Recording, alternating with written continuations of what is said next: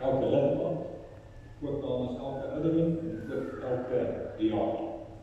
Ons is werklik bly, en as ek dit sê, dan bedoel ek dit, dat ons Skepper deur die Gees na hierdie gemeente toe gelei. Ons is nie ongevoelig of blind vir die huidige situasie nie. Ons weet die is niet op 'n plek. Die geleerde mense sê vir ons as jy verhuis, is dit net vir mens of meer traumatiese dinge wat met jou gaan gebeur in jou lewe. Dis 'n nuwe huis. Jy weet nie waar vir die buurproppe nie.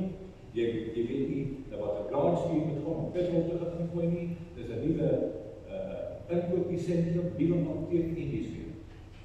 Plus is nog nuwe gemeentelede. Elkeen het sy eie persoonlikheid. Hier is liefdevolle mense, hier is hardkoppige mense, hier is langdradige mense. Elkeen van die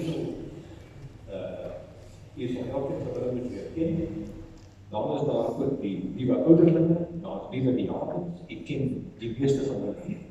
So al die goed veroorsaak maar 'n bietjie stryd. Ons is almal mense, Gerber en almal is ook mense. En ons as gemeente moet hulle daai ruimte gee. En ons gaan seker maak dat u hande hier in hierdie gemeente so sag as moontlik is. Jy kan op enige tyd, enige een van ons koppie in ons saal wees.